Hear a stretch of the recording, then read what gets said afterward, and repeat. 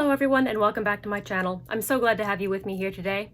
I hope the angle of the filming is alright. Every time I sit down to film, I always spend about half an hour making little tiny micro adjustments to find the most flattering angle, and it always ends up looking exactly the same. So I hope this looks alright. Now, one of the most commonly typed things underneath this video were people being concerned about how hot women in the 1890s must have been wearing dresses like this one. First of all, I'd like to remind everybody that although this video was filmed in July, it was set in November of 1897. November 4th, if you want to know.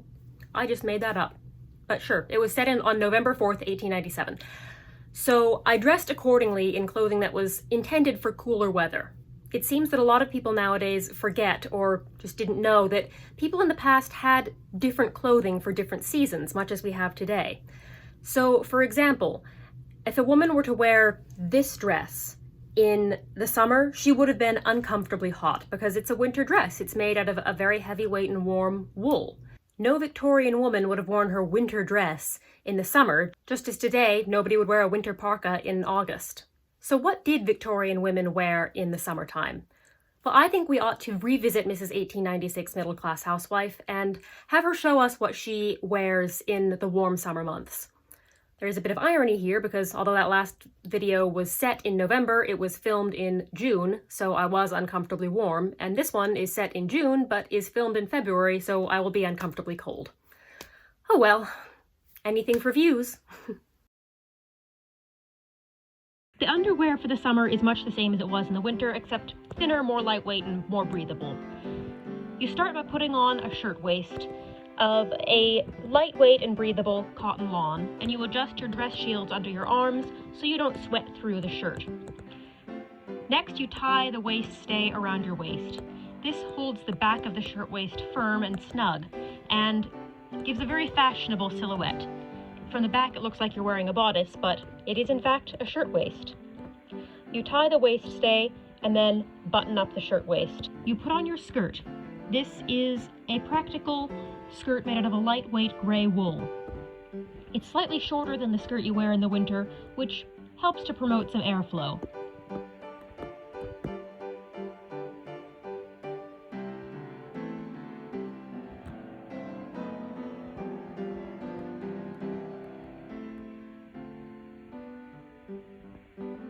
Then you put on your Amazonian girdle. It's a very fashionable type of belt, and it looks so pretty.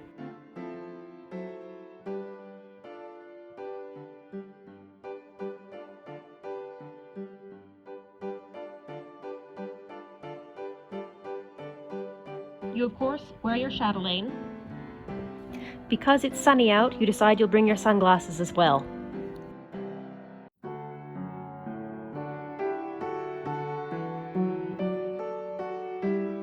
A hat with a veil helps to keep the sun off of your head and skin, and you finish off by adding a pair of lace gloves. These will help your skin breathe, but still keep you decent.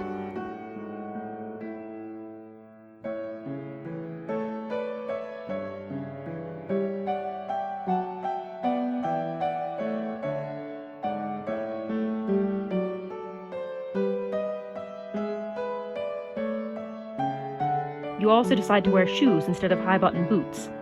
These will keep your feet cooler.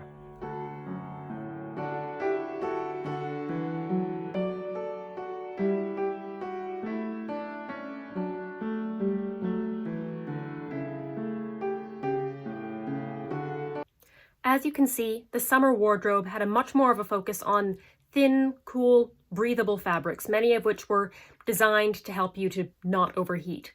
There were also additional tricks that ladies had up their sleeves to keep cool, such as wearing lace crochet gloves instead of full-on leather ones, or wearing boots with cutouts, or even wearing corsets made out of mesh that were designed to promote air circulation. Hats, which keep the sun from beating down on the top of your head, are a remarkable tool in the battle to stay cool, as is the judicious use of a fan. Victorian women also used parasols on sunny days. A parasol is basically an umbrella, except it's designed to keep the sun off of you rather than the rain. A parasol keeps the full force of the sun from beating down upon the lady carrying it and provides that lady with her own personal portable patch of shade.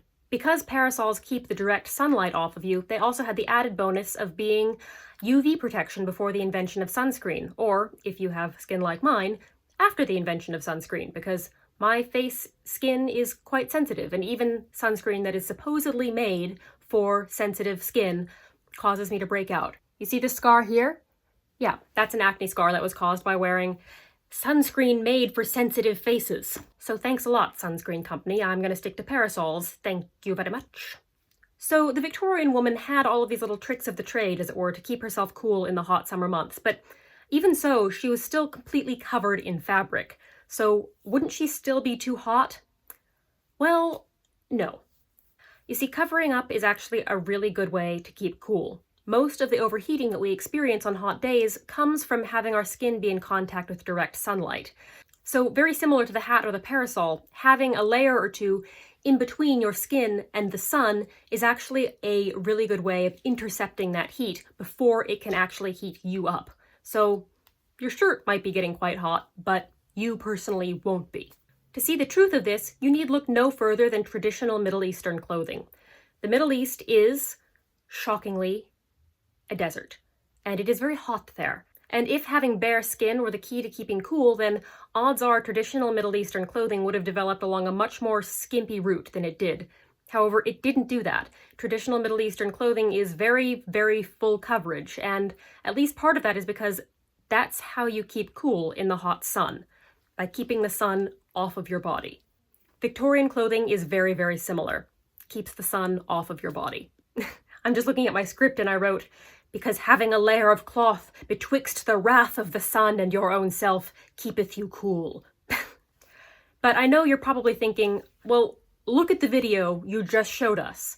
You are wearing much more than one layer. So even though having a layer in between the sun and yourself may help to keep you cool, isn't all of that fabric just going to keep your body heat in? Well, no, it's not. First of all, it just provides more of a barrier in between yourself and the sun. If there's only one layer in between the sun and yourself, then the heat will be communicated pretty easily through that layer to your body. However, if there are 2 or 3 layers, it's going to create more of a barrier in between the wrath of the sun and your body. Now, secondly, this is where I'm going to sing the praises of natural fibers. Pretty much everybody who has ever made a historical garment loves natural fibers, and this is why. You see, most modern clothing is made out of petroleum products, petroleum fibers, or to put it another way, plastic. And plastic has this unique quality of being watertight. Observe.